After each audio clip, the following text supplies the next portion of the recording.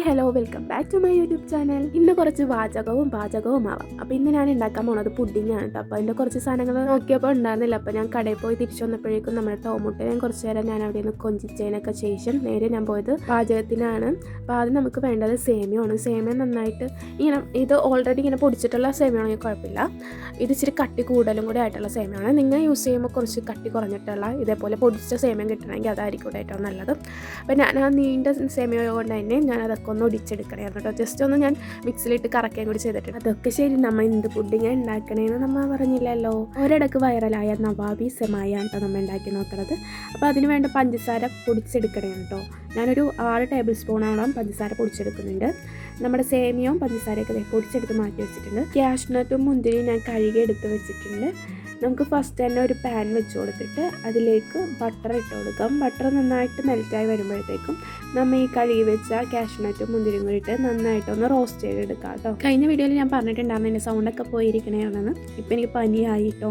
അപ്പോൾ എനിക്ക് ഈ പനിയായപ്പോഴേക്കും ഇങ്ങനെ മധുരം എന്തെങ്കിലും കഴിക്കാൻ തോന്നിയായിരുന്നു കേട്ടോ. അപ്പോൾ ഞാൻ ജസ്റ്റ് നോക്കിയപ്പോൾ സേമിയ ഇരിപ്പുണ്ട്. സേമിയ പായസം വെച്ച് കഴിക്കാനായിട്ട് എനിക്ക് വലിയ താല്പര്യമില്ലാത്തതുകൊണ്ട് തന്നെ ഞാൻ യൂട്യൂബിൽ നോക്കിയപ്പോഴത്തേക്ക് ഈ റെസിപ്പി കണ്ടു. അപ്പോൾ ഞാൻ വിചാരിച്ചു എന്തായാലും ഇത് തന്നെ ഉണ്ടാക്കുന്നത്.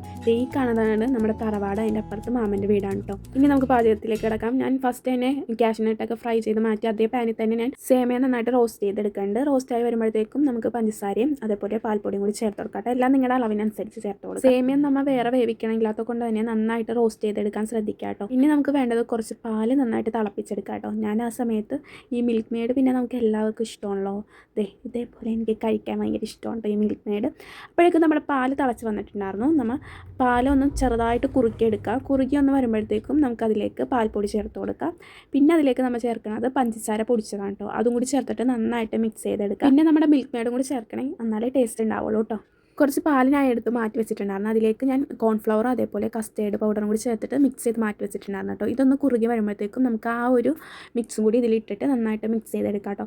പിന്നെ അത് ഒഴിക്കുമ്പോൾ നമ്മൾ നന്നായിട്ട് ശ്രദ്ധിക്കണം, കട്ട പിടിക്കാൻ പാടില്ല. അപ്പോൾ കൈവിടാണ്ട് ഇളക്കണം. അതുകൊണ്ട് തന്നെ എനിക്ക് ഈ ഒരു പോർഷൻ വീഡിയോ എടുക്കാൻ പറ്റില്ലായിരുന്നു കേട്ടോ. ഈ ഒരു കൺസിസ്റ്റൻസിയിലാണ് കേട്ടോ നമുക്ക് കിട്ടേണ്ടത്. ഇനി നമുക്ക് പുഡിങ് സെറ്റ് ചെയ്യാൻ തുടങ്ങാം. ഫസ്റ്റ് ലെയറായിട്ട് നമ്മൾ സേമിയം റോസ്റ്റ് ചെയ്ത് വെച്ചതാണ് കേട്ടോ ഫില്ല് ചെയ്ത് കൊടുക്കുന്നത്. അത് ഫില്ല് ചെയ്തതിന് ശേഷം നമ്മൾ നേരത്തെ ഉണ്ടാക്കി ആ മിക്സ് ഇതിൻ്റെ മേലിലേക്ക് ഒഴിച്ച് കൊടുക്കുക. ഇത് വെറുതെ കഴിക്കാനാണെങ്കിൽ നല്ല ടേസ്റ്റാണ് കേട്ടോ. ഞാനൊന്ന് ടേസ്റ്റ് ചെയ്ത് നോക്കിയായിരുന്നു. നന്നായിട്ട് തണുപ്പിച്ച് കഴിക്കാൻ നല്ല ടേസ്റ്റാണ്. പിന്നെ നമ്മൾ അതിൻ്റെ മേലേക്ക് ഇട്ട് കൊടുക്കുന്നത് നേരത്തെ റോസ്റ്റ് ചെയ്ത് വെച്ച കശുവണ്ടി മുന്തിരിയാണ്. പിന്നെ അതിൻ്റെ മേലേക്ക് വന്ന ലെയർ നേരത്തെ പോലെ തന്നെ നമ്മുടെ റോസ്റ്റ് ചെയ്ത് വെച്ച സേമിയം, അതിൻ്റെ പക്കത്ത് നേരത്തെ ഇട്ട പോലെ തന്നെ കശുവണ്ടി മുന്തിരി.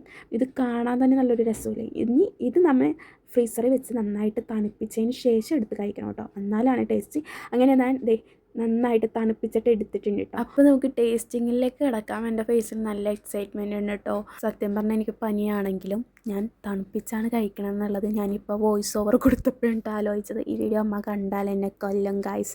പക്ഷേ ഇല്ലേ, ടേസ്റ്റിൻ്റെ കാര്യത്തിലില്ലേ എനിക്കൊന്നും പറയാനില്ല. അടിപൊളി ടേസ്റ്റാണ്. എന്തായാലും മസ്റ്റ് ട്രൈ ഐറ്റം തന്നെയാണ് കേട്ടോ. നമുക്കിങ്ങനെ ക്രേവിങ്സ് ഒക്കെ വരുമ്പോഴത്തേക്കും കഴിക്കാൻ പറ്റിയ നല്ലൊരു ഐറ്റമാണ്. ട്രൈ ചെയ്യാത്തവരുണ്ടെങ്കിൽ എന്തായാലും ട്രൈ ചെയ്തിട്ട് അഭിപ്രായം പറയണേ. അപ്പോൾ നമുക്ക് അടുത്ത വീഡിയോ കാണുന്നവരെ tata bye bye, see U.